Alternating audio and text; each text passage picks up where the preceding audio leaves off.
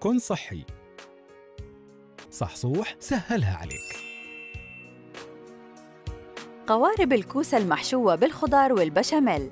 المقادير: 6 حبات كوسة مقطعة نصفين، حبة بصل مفروم، ملعقتين طعام جبنة بارميزان مبشورة، نصف كوب حليب قليل الدسم، كوب ماء مغلي، نصف حبة فلفل رومي أحمر مكعبات، ربع كوب بطاطس مكعبات، ربع كوب جزر مكعبات، ربع كوب بازلاء، ربع كوب ذرة، فص ثوم مهروس، نصف ملعقة طعام من الدقيق، نصف ملعقة شاي من الأوريغانو، نصف ملعقة طعام زيت ذرة، نصف ملعقة شاي من زيت الذرة، نصف ملعقة شاي من الملح، رشة فلفل أسود.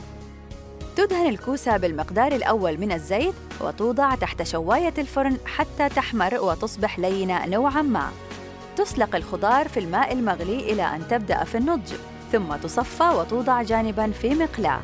نضع المقدار الثاني من الزيت مع البصل على نار متوسطة إلى أن يذبل، ثم يضاف الفلفل الرومي الأحمر مع التقليب المستمر حتى يذبل، ثم يضاف الثوم ويمزج الدقيق مع الحليب في الخلاط، ثم يصب على خليط البصل ويقلب على نار متوسطة حتى يغلي الحليب مكوناً صلصة بشاميل خفيفة.